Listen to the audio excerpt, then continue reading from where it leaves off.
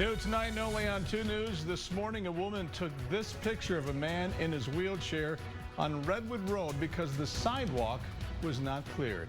Thanks for joining us for 2 News at 10. I'm Mark Cabell. And I'm Heidi Hatch. This all happened at 41st South and Redwood Road. Jim Spiewak found out state law dictates who is responsible for clearing those sidewalks.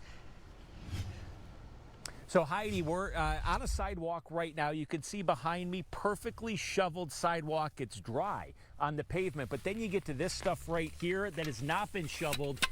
It's literally just a sheet of ice. Very, very crunchy snow. You can see how difficult it would be for someone in a wheelchair to get through this. So what they most likely have to do is go out into an active street to get through.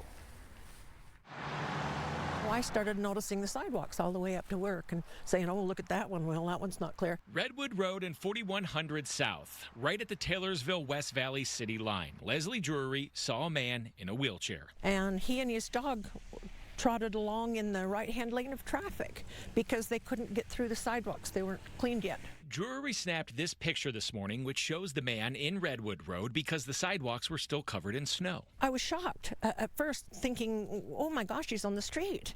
And then I felt sorry for him.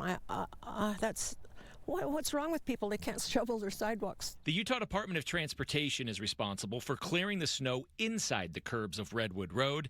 State statute puts the sidewalk clearing on the local municipalities, who can delegate that responsibility to the property owner. But in this stretch, there's a vacant business with a fence around it. He had nowhere to go. He was stuck right there on the right-hand side of the road.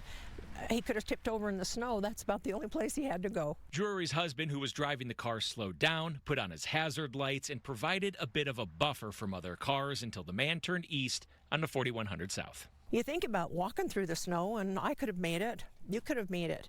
This man couldn't. He was stopped. So because this happened pretty much right on the Taylorsville West Valley city line, we reached out to both municipalities. I did hear back from a Taylorsville spokesperson who says that they put the onus on the property owner to shovel that sidewalk in. I did not hear back after multiple calls out to West Valley City. We're live in Salt Lake tonight. Jim Spiewak, KUTV 2 News.